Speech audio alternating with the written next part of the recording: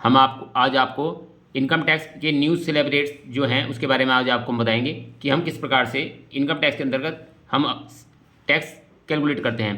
तो ये हमारा स्लैब रेट्स है, न्यू स्लैब रेट्स। इसके अंतर्गत हम सबसे पहले अप टू ₹4 लाख यानी 4 लाख रुपये की इनकम तक हमारे पर टैक्स रेट जो है वो नील, यानी 4 लाख रुपये तक हमें कोई टैक्स नहीं देना है।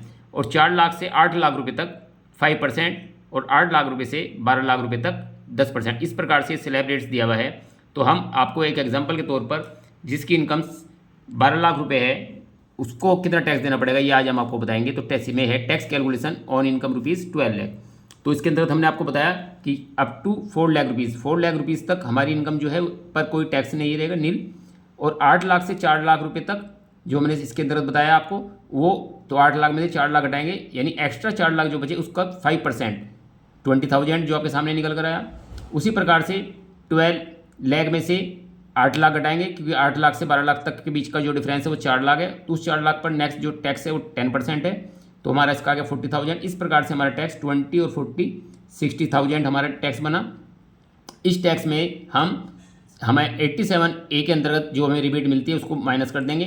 तो इस प्रकार से हमारा जो टैक्स बना वो ज़ीरो बना। इसलिए जिसकी इनकम 12 लाख तक है उस प्रकार से वो टैक्स में रिबेट 87 के अंदर ले सकता है। ये सिर्फ इंडिविजुअल्स के लिए है जिससे उसकी 12 लाख इनकम पर कोई टैक्स उसे नहीं देना पड़ेगा। इस प्रकार से नेक्स्ट वीडियो में हम आपको और नई वीडियो इनकम टैक्स के बारे में बताएंगे। थैंक्स।